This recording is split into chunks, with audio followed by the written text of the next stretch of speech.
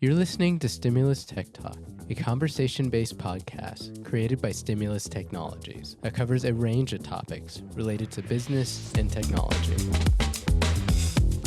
Welcome to Stimulus Tech Talk. I'm Sherry Lipp, Marketing Manager at Stimulus Technologies, and I am here with Stimulus Technologies CEO, Nathan Whitaker. And today we are going to be talking about VoIP for business, particularly when it comes to call center management. Welcome, Nathan.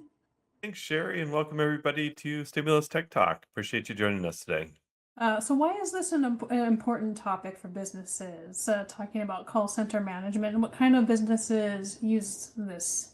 So, over the years, Stimulus Technologies helped a lot of different types of call centers manage their incoming and outgoing calls. So, I feel like call centers are definitely a term that's used to represent a lot of different types of call centers, groups of people, for lack of a better term. So, a call center could be an inbound call center, for setting appointments for doctor's offices. It could be just a few employees doing it. It could be hundreds of employees. A call center could be outbound, like a telemarketing or appointment setting call center that you're making outbound calls to generate leads or appointments or sell something. And a call center could be as small as, just a few employees working in an office that take inbound calls for the business. I kind of consider even our support desk at Stimulus Technologies as a call center.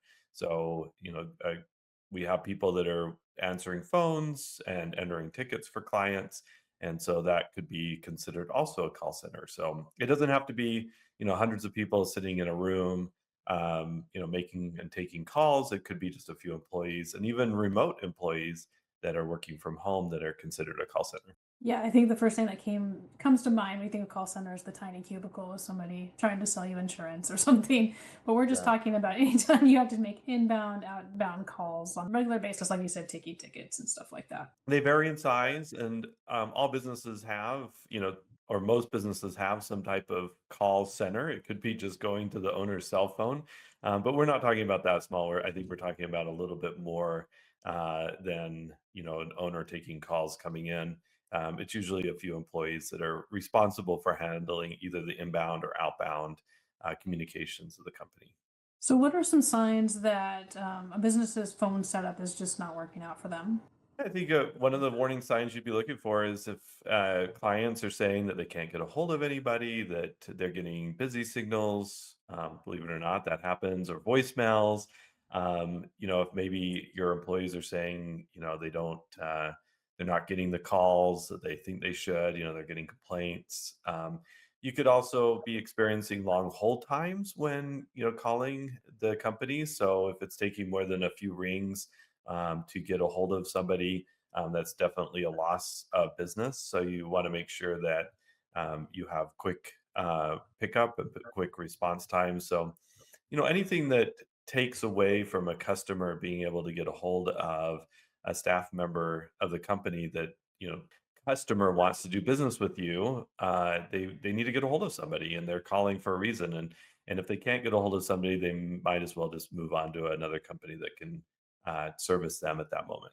And that is certainly not what you want. But I think, even sending to voicemail might just be as bad. If you're going to a general voicemail box, it's certainly frustrating to call a company and, having to leave a voicemail and not sure if you're going to get a call back quickly and if, or not, and if they call you back quickly, then that's great. That might be still a saved communication, but a lot of times people will wait, for hours or maybe even days to respond to voicemails. We, called somebody up the other day, and on their voicemail, they said, "Well, I don't listen to these voicemails, so don't even think about leaving one. And send me a text or something like that." And I mean, that's fine. I think the age of leaving, voicemails, especially in personal interactions, has kind of gone away. People want instant gratification by sending a text message. Um, and I think dealing with businesses, they want the same thing. They want to be able to call and get a hold of somebody quickly. If they're taking the time to call, you want to make sure that you have the ability to respond.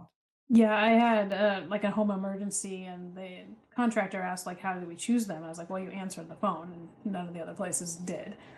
Mhm. So how do we set it up? At least during, not everybody has the capability of having 24/7 live phone answering, but how do we work through trying to get a live person if that's what they need during the business hours?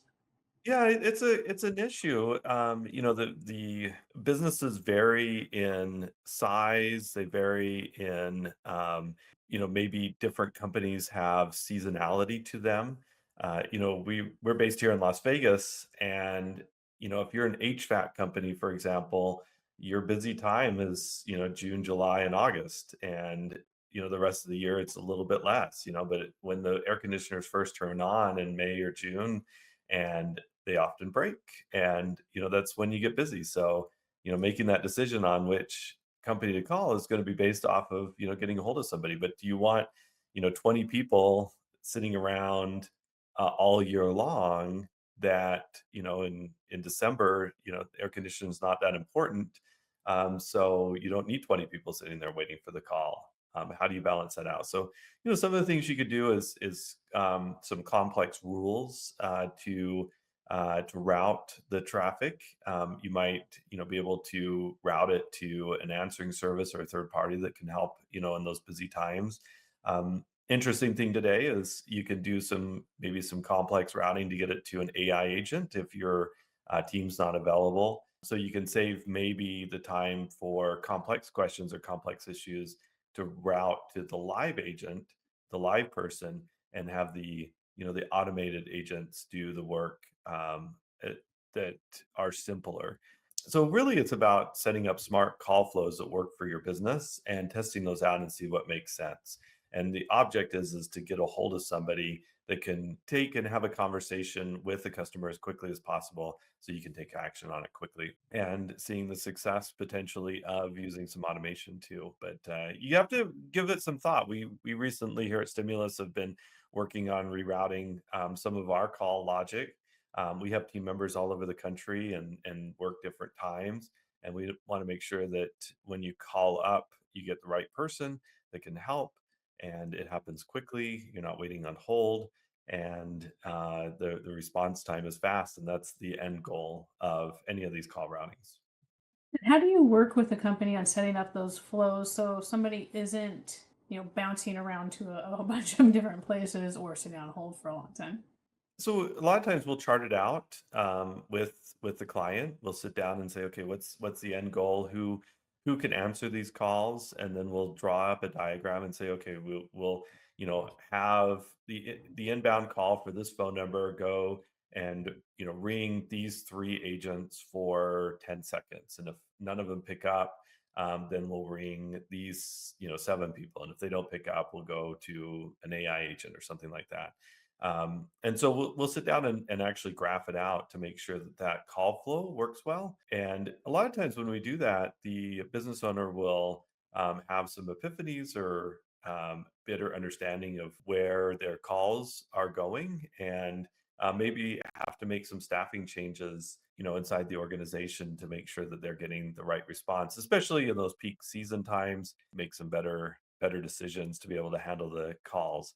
And so charting it out is really important so that the whoever's in charge of that inside the company can visually see how the calls are going. And then as we program it into our system, it's ends up being the right scenario.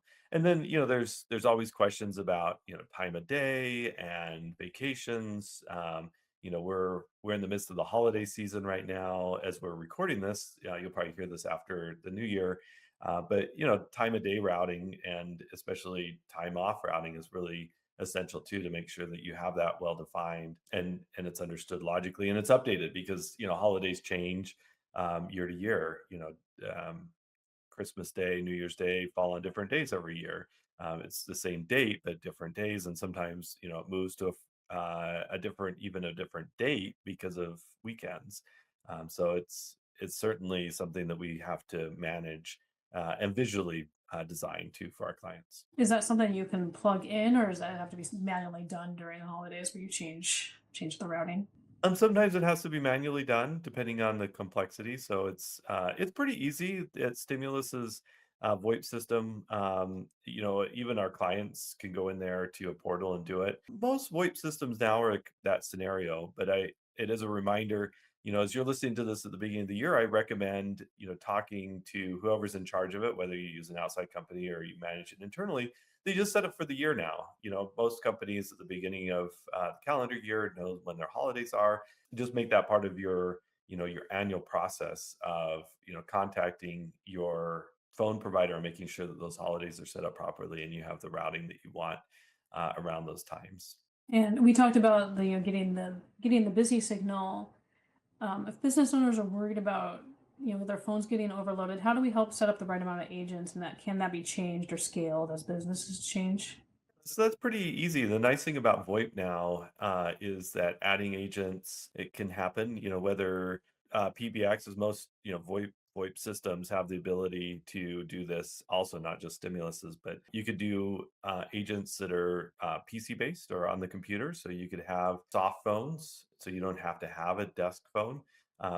Or you can add in and remove desk phones too from the system pretty easily. So, it used to be 15, 20 years ago before VoIP became popular that there was a limit to the number of devices that a phone system can handle.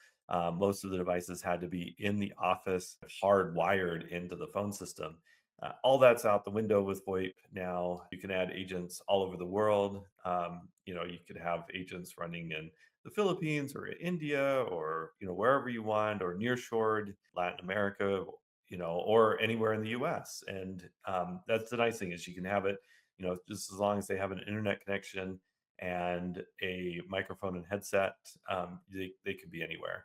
And so that's an advantage, especially when you're dealing with time zones. If your company has grown to a point that you're working in multiple time zones, you might want to have agents that are kind of in those same time zones that you're working in to ensure that that you're taking care of those customers where they're at, and you don't have to have weird schedules for your employees out of one location. And I guess that for people very new, maybe we should define some of these terms like VoIP and agent and just the basics, the basics of VoIP. Oh, can't acronyms. We always got to throw our acronyms in. So VoIP stands for Voice over Internet Protocol. It basically means that your phone call is running over the internet. Very similar. It's funny that I'm using this term. So it's kind of like having a Zoom or a Teams call that runs over the internet, but it uses a standard phone number rather than an internet address to communicate. So most, if not 95% of phone calls now at some point are VoIP calls. So even if you have a landline that's a old analog line that you've had for 70 years in your house, most more than likely your phone company will transmit that as VoIP. Even cellular calls now, if you're using your cellular phone, they're using VoIP technology to transmit those calls. So it's basically gone from the small portion of the phone calls 20, 30 years ago were VoIP, that majority of them are voice over IP now. When we talk about an agent, we're talking about a person or a virtual person that can pick up the phone and talk to somebody. So imagine that businesses, especially medical or businesses that rely heavily on call center for their sales, they're concerned about outages. So are they totally reliant on an internet? If there's an internet outage, are they down? Most of the time, yes. So there's a few things that we recommend. If you have a call center and you're using voice over IP phone systems and you're in one building, you'd want to, if you have fiber, you would want some type of fixed wireless or cellular backup to that service, or potentially Starlink or some type of low Earth orbit satellite. Even though it's not quite as good as a fiber connection, it would keep you up and running. The other thing that you'd want to make sure is that your employees that are, if they're working from home or remote locations, have some secondary options too for internet service. So even at my house where I work out of, there's times that I've had to switch to cellular or even Starlink when my connection has gone down. So you want to make sure that you have some options for your staff to work if connectivity is an issue. I would say the same thing if you're using offshore or nearshore connection, call centers, that there's some redundancy in their connections too. That's one of the concerns in the Philippines periodically is they have power and internet connectivity issues. Just ensuring that they have redundancy for both. There are ways to protect against that, but you definitely want to make sure that you have those in place, especially if that's a critical part of your business. So moving to kind of the end user experience, what should somebody in the office, what kind of metrics should they be looking at to see if their phone system is working for them? Yeah, I think there's a few things that you'd want to be looking for, things like abandonment rate. So that happens if, people call, they're sitting in a queue, which is, basically a waiting room to be picked up by somebody, and then they hang up before they answer. So that would be probably the number one metric that you would want to look for. Average wait time before connecting to an agent is another one. And then, if you're providing some type of service or if you're booking appointments, you want to be looking for like first call resolution or an SLA, like a committed level of attention, a completion of the request. Those are some other things that you'd be looking at. But I think from a call perspective is really looking at wait times, abandonment rates. If you're outbound, similarly, you want to look at how many calls per day your agents are making, how many of those get to a live person on the other side, time between calls, actually total, how much time they're spending on the calls versus how much time they're taking breaks. Those are some other metrics you want to look for if you're outbound. Can supervisors tell who's on calls like in real time? Yeah, so that's one of the things that call centers are looking for. Some of the features that you see a lot is, who's on the call real time, who's idled, that maybe if they're not supposed to be on break, because agents can potentially take themselves out of the queue and idle themselves. And then they want to be looking at like if the queues are full, may need to call agents back from break, for example. And then one of the nice things you can do is listen, supervisory listen, and coaching on calls too. So if you have a call center that's doing, a lot of work and you have supervisors that want to, provide live coaching with agents, you can do that with these systems and have them listen to the call and then provide communication to the agent in real time that only the agent hears versus the customer that they're talking to. So those are some cool features that you may want to look for if you have a larger call center that you're trying to operate. And you mentioned that employees could actually be remote and still be part of the call center. How does that work? What kind of equipment needs to go home with them or be sent to them? So one of the things that you definitely want in any type of call center is a good headset, especially one that has noise canceling capabilities. So that's something you'd want. It could be the only thing they need is a computer, Mac or PC based, and a headset that plugs into a USB headset. And they could do everything on their computer. So that's one of the really nice things about voice over IP is it could just be one device. If you want them to have a physical phone, you could do that too and actually send them a phone and they would just need an internet connection to plug the phone into and also, their computer. But I'd recommend if they're remote agents that it's just all what we call soft phones, which is a software-based phone that runs on the computer. I mean, that's the simplest way to get an agent hooked up. And are you able to monitor the call quality as far as how it sounds on a remote employee? Yeah, no, that's actually a good point. We each VoIP call can be rated. We call it a MOS score, and that score is the quality of the call, and that's something that you want to monitor also for your remote agents, just to make sure that their call quality is good. They're not dropping calls. It's not breaking up. So you want to make sure that those remote agents have good quality location to have the calls where it's in a quiet area, they have a good headset, but more also just as important is that their internet stable. And you can check that by looking at the MOS score of that agent, like an average score. So that's something that you'd be on the lookout for all your agents. And from the caller's point of view, I think this kind of goes back to what we were talking about. Do we look at it from that point to set up the flow and make sure they're having a good user experience? Yeah, so from the customer standpoint, we just want to make sure that it's easy to get to the right place. Nobody. There's a couple of things that I think any caller just dreads. One of them is a phone queue that you have to enter, press 2 and then press 8 and then press 3, and then that doesn't get me to the right place, so I just have to hang up and try again. You want a very simple IVR, what we call it, or automated attendant. So you want to make it as simple as possible. Or the other thing is if you have like a voice prompt that you have to, speak to a virtual agent to get somewhere. There's nothing more frustrating than, calling up and saying, like we've all had it. You call the credit card company and you want to make a payment and or check on a charge or something like that, and you're kind of trying to explain it to the agent or the virtual agent, and they don't get you to the right place, and then you sit there and just say representative, and they say, to get to a representative we have to understand what issue you're having, and you're like, I'm already explaining it to you, you don't understand.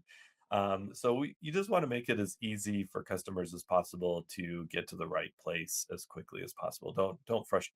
You definitely don't want your customer frustrated before they get to a live person. Then that immediately makes that interaction negative. And two, definitely, we've all been there because sometimes the more you explain, the more confused the AI Oh gets. yeah. AI has gotten much better. The older IVR, the interactive voice systems, they were looking for keywords. They weren't smart. And now with AI, they are definitely far better at understanding natural language versus just, trying to pick out keywords. So, if you are going to implement an interactive voice system, I would highly recommend that it is integrated with an AI system. So it's much more native to whoever's talking to it. So, at Stimulus, we have an AI after hours bot and overflow bot. And the number of comments that we get on that, because it always asks them, would you like to be connected to a live agent at the end of the call? The people say, I thought I was talking to a live agent. I had no idea I was talking to a bot. So it's like almost 50% of the calls say that. So it's very interesting how much better AI makes that interaction versus the old IVR agents that were often very frustrating, and we've all dealt with that way too many times. Are there times where they don't need to talk to a live person, like they've been handled from agent call? Yeah, Or most of the time, they for us, customers are calling in to put in a service request or a ticket. If it's not an emergency, they'll get a ticket number. It'll even the agent will do a minor amount of troubleshooting with the person, and then the ticket gets put in and it gets assigned to a technician, and the technician gives them a call back in the next available spot for the technician to work on it. So, often they're getting faster service by dealing with the AI agent than having to wait for a live customer service representative to answer the phone if they're all busy. and to kind of wrap it up, and for the big picture, can you tie your VoIP system in with your CRM to have everything connected? Yeah, there are some opportunities to do that. So, that's some advanced work that if you have an inbound call center, you could have it tied into, some specific CRMs that it automatically pops up based off of the phone number, all the customer information so that, the person has that in front of them, doesn't have to ask them, multiple times for different information. So that's a real advantage of, complex voice over IP systems is there's a potential to integrate with all your other systems and reduce that friction with the customer when they're calling in. Thanks, Nathan. And do you have any advice for people who are wanting to assess their VoIP system? If you have an older system, if it's 10 or 15 years old, it's good to get an assessment. Stimulus, does these assessments for customers all over the US. So feel free to contact us and, see what, if there's an opportunity to really improve your business, because this really drives money down to the bottom line. If you can be that, as you said, Sherry, that one company that picks up the phone, if you call 10 and only one answers, they're most likely going to get the business. So you want to be that one. So it's something we don't think about as much in the age of digital, that we want, customers to come in through our website or an email, but people still want to call up and talk to a live agent, get service right then and there. So whether it's a customer or prospect, you want to make sure that you are available to answer the call as soon as possible. So if you're looking for an assessment, see where you're at, happy to do that. All right. Well, thank you. And thanks everybody for listening. And be sure to assess your phone system.